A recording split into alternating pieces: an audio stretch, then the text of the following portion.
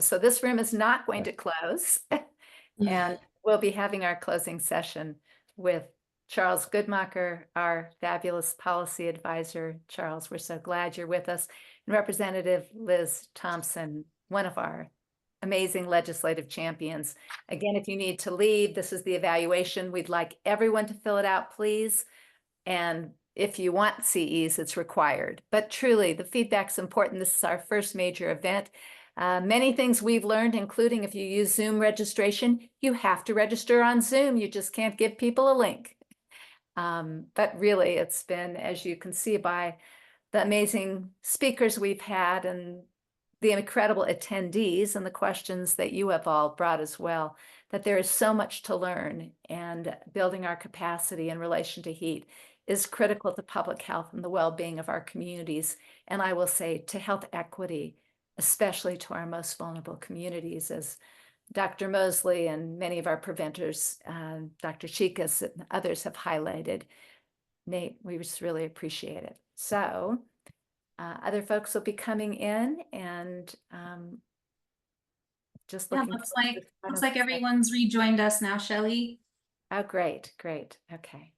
So, Paul? Yeah, I hope, welcome back, everyone. I hope everyone had a productive breakout session. And thank you to all the expertise that gathered here today for being willing to share and discuss these things.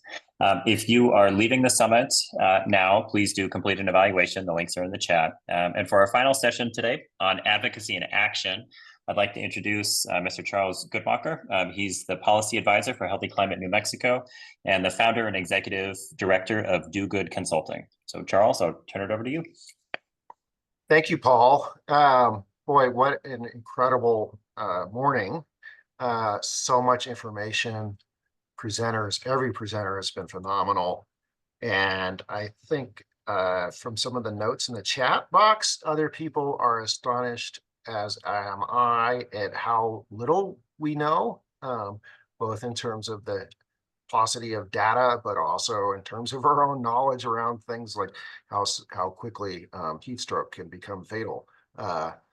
So shocking, but informative and empowering at the same time. Obviously, we can make things happen with good information behind us. And so, you know, I had mentioned, well, first of all, I want to thank every presenter, every single presenter, and every single participant this day. It's fantastic. You know, there are many opportunities for advocacy. As you can see on your screen, just joining Healthy Climate New Mexico, which actually comes at no cost to the individual, is in itself an action that will have consequences as we grow. Our power to influence public policy on these issues grows. Of course, donations are needed and accepted. Thank you very much. Thank you again to all of the sponsors. This on your screen, you see in the blue ink, share your story for health professionals. Really want to encourage everybody to not click on that, sorry, scan that and go to it, or there's there will be a link in the chat for that. So what that is, you know, we need to bring to policymakers, to the legislators, actual stories of how people are being affected and impacted right now, as well as just in the recent past. The severity of what is happening with our climate, how fast it is changing, and it's almost like what do you call it? I don't know, a multiplier effect. Things keep changing so fast, much faster than scientists had even predicted. So unfortunately, as you all know, we are seeing impacts in New Mexico. You know, the smoke and the fire from wildfires, all of that, as well as the heat, you know, it's all related. As the climate gets hotter and drier, more wildfires, more smoke we have to deal with. We're also seeing insects coming north, carrying diseases that we didn't have here before. But what we need to help convince legislators is more stories about what you as medical providers or public health folks are aware of, what you're seeing out there, maybe something you're experiencing yourself related to climate, so that then that will help us move legislation successfully. We have introduced in the past a bill that's now called, or last session, it was referred to as House Bill 104. It's public health and climate. What it would do two things, one of which, or a lot of which have been referred to as necessary or implied throughout this morning. One is to increase the number of staff at the health department. Oh, their fact sheet going up on the chat.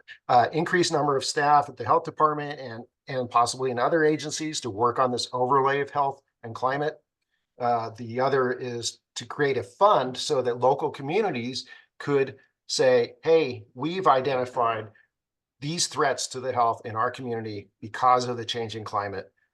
We would like to do X, Y, or Z. So in the community breakout group just now, a couple of examples came up. Providing more public water fountains, very simple thing to understand. Possibly doing more health surveys where we identify people with respiratory issues or who can't leave in case of an emergency. You know, maybe we could provide them with indoor air cleaners, so at least the smoke inside their house isn't as bad. There's a lot. So, you know, we believe that communities know best what is needed in their community. And so that's what that bill is about. You also,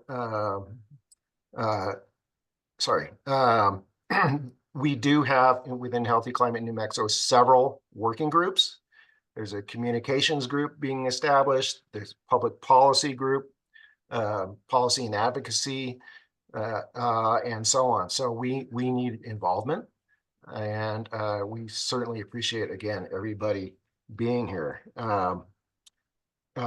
It's my, well, we're going to do the poll now, right? And poll number 3, if that could be brought up, which is, we'd like to know what might you be doing going forward in terms of advocacy and work on these issues. I'm not sure if that's ready. I'm ready to give people some time to look at that.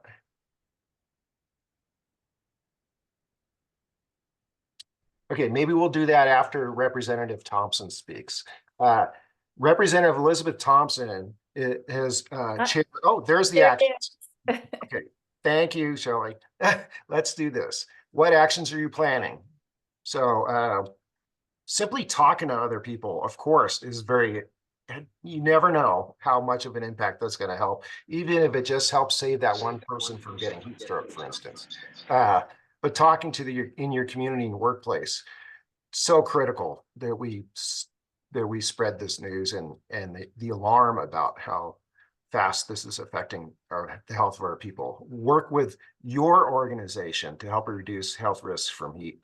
Every organization has opportunities to do something, can do something, even if it's you know, seemingly minor, like maybe helping hand out cooling pads to their own members or something. I don't know. And of course, there's the advocating for the state climate and health program and community fund. Charles, about half the people have filled out the survey. Should we give them a moment? Great. Yes, let's give them a moment and I'll stop talking.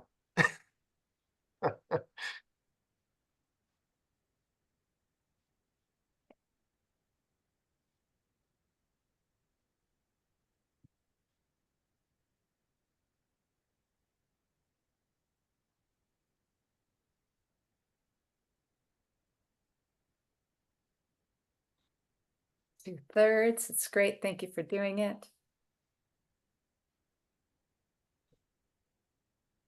Okay. Should I start to introduce Representative Thompson while people continue to fill this out? Sure. Okay, great. Thank you. So Representative Thompson is coming on in a second. You'll hear what she has to say. I will tell you that Representative Thompson is chair of the House Health Committee and is very strong advocate for equity in health She herself professionally has been a pediatric physical therapist. And so I have known her over many years because I used to work for NEA New Mexico, the National Education Association. And a lot of the work that Representative Thompson did was in the public schools. So I've run into her there as well as at the legislature. Phenomenal leader for this cause. Representative Thompson?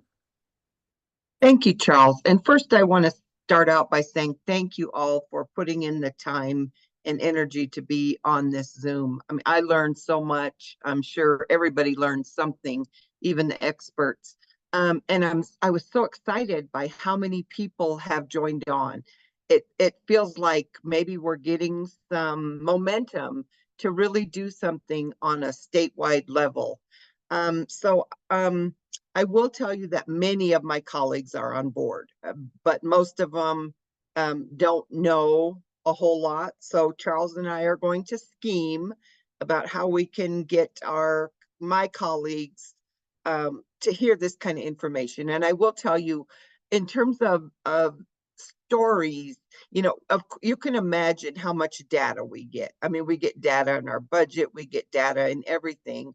And it's great to have to refer to, but if you come into me and you talk about, 30 million this and, 2 degrees Celsius and that, it will not stick. I promise you, it will not stick. But if you come in with the story and tell me about someone you know or someone you treated and how climate change has affected their health, we will remember that. When I was an advocate, I have a son with autism, and when I was just an advocate, my goal was to leave them with tears in their eyes, figuring that they would not forget me. And it seems to have worked. So please bring stories, bring the facts and figures, but have them on paper because they're not going to stick in our conversation. And I'm really excited about some of the changes that are coming to both the House and the Senate, just from what has happened in the primaries. And I'm proud to say the House is majority women by quite a bit. And the old saying, women get shit done. I believe that that's true. And so it's going to be interesting. I think we will have big majorities in both chambers of people who are interested in climate health and health overall. We recently heard an internal poll that healthcare is the #1 issue for New Mexicans. So this ties right into it. So we're going to, I'm always open for ideas for legislation. Take it through Charles. I sponsored the bill the first time, and then I handed it off, which is fine with me. I don't care who gets credit. I just want to get it done. So please know I'm always open to ideas for legislation. I mean, not every piece of legislation is a great idea in the beginning. And for those of you who have been involved, don't give up hope. I mean, I had what I considered was a very simple piece of legislation to allow people who either had disabilities or had someone in their car with disabilities to check a box when they registered their car. So that the officer who stopped them would have some information. It took me about 10 years to get that passed. So don't give up. Nothing happens quickly in the legislature for the most part. Sometimes we get lucky, but don't give up. It's, we're encouraging folks, we're teaching folks. And so continue to do that. I encourage all of you to reach out to both your senator and your representative. Let them know who you are and what you do and offer to be an expert for them on whatever you're expert on. I mean, of course, climate change and health, but any other areas, because needless to say, we can't know everything from prisons to veterans to CYFD to the budget to everything else. So reach out to your own elected and let them know that you will be glad to be their expert on whatever the subject is, including climate change and health. So that's all I have. Thank you all so much for being part of this. And we're going to get it done. It might take us longer than we want, but we are going to get it done as long as I have anything to say. So thank you.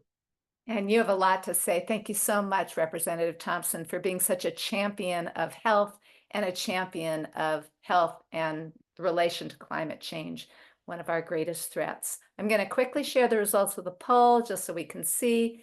And first of all, very moved that many of you are going to be talking about what you've learned at the summit and also talking to people in your community or workplace. Workplaces can voluntarily adopt worker heat relief standards, occupational heat standards, and we hope to see very soon that our own New Mexico Environment Department will be proposing a heat standard, getting input from all stakeholders, but really carrying that forward. And that will require all of our support as advocates. Really want to just honor that Lauren Reichelt is here with the New Mexico Environment Department, has been with us all day, and we really appreciate that. Other things people are going to do, we're really excited to see. Only 1% said, not yet. Not yet, right? We have built our capacity today. So let's go on to the next slide. Again, I'm Shelley Manlev. I'm the Executive Director, honored to be the Executive Director of Healthy Climate New Mexico, and very, very moved by today's event. Our goal for today, this is our first major organizational effort. We've only been in existence for a little over a year. Our goal for today was 100 people to register. And I need to tell you this morning, when I last looked at Zoom, it was 313 people. I mean, it just tells you what the need is. We are all feeling it. I'm feeling it. All of us are feeling it. And of course, this is a significant health equity issue. We do, that's our little joke. It's free. It's not free, right? You're supposed to laugh. But please join us if you're a health professional in New Mexico. That includes students. It includes everyone working in public health, in clinical health, of course. More challenging for our clinicians. I have to say our smallest session was related to outpatient settings because guess what? They've got patients to see, right? They have less flexibility even than the inpatient folks, and we'll be offering other educational alternatives. Let's go to the next slide. We need your feedback. We need your engagement as advocates. We need your help. And so we really want to encourage you, please do the evaluation, give us feedback, tell us about how you heard about this, share your ideas. So many great ideas have come. And in particular, we do have our policy and advocacy work group, our Heat Summit planning work group, which we hope will continue on in terms of this educational effort. But this work requires us all. It requires you and your, the individuals you touch. And as I think Nate Matthews-Trigg, one of our board of directors members, stated so clearly, it's at every level. It is systemic work as well as individual work and organizational work. So please fill out our evaluation, whether you want CE credits or not. Only about a third of the people who signed up are seeking CE credits. But for nurses, social workers, community health workers, and CHES, we will provide a certificate of completion for anyone who fills out the evaluation as well. And then the last slide as we approach near the end, we just really want to say a huge thank you. It was so sweet when we were reaching out to sponsors. One of the questions was, well, what other organizations are sponsoring? If you read this list of 18 sponsors, again, it shows that our philanthropic, our foundations, as well as our organizations, so many groups, our unions, understand that this issue of heat, of climate change and health, and heat is the most devastating one. I do want to offer one moment for Alma Kasim to introduce herself.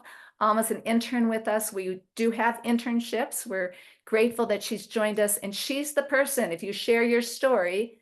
Alma? Hi, everybody. Yeah, I'm Alma Kasim. I'm a current MPH student at UNM. And so this summer, I'm working with Healthy Climate New Mexico to put together these surveys and stories and deliver this important information to everybody in the state. So please fill out the survey. I also put in the chat if you want to do an informational interview with me on Zoom. There's a link to set that up. And you will also get that link at the end of the survey as well. So thank you so much, everybody. And I hope to hear from you guys. Thank you so much. There's a place for all of you in this movement, for all of you, and we're so glad you're here. Thank you.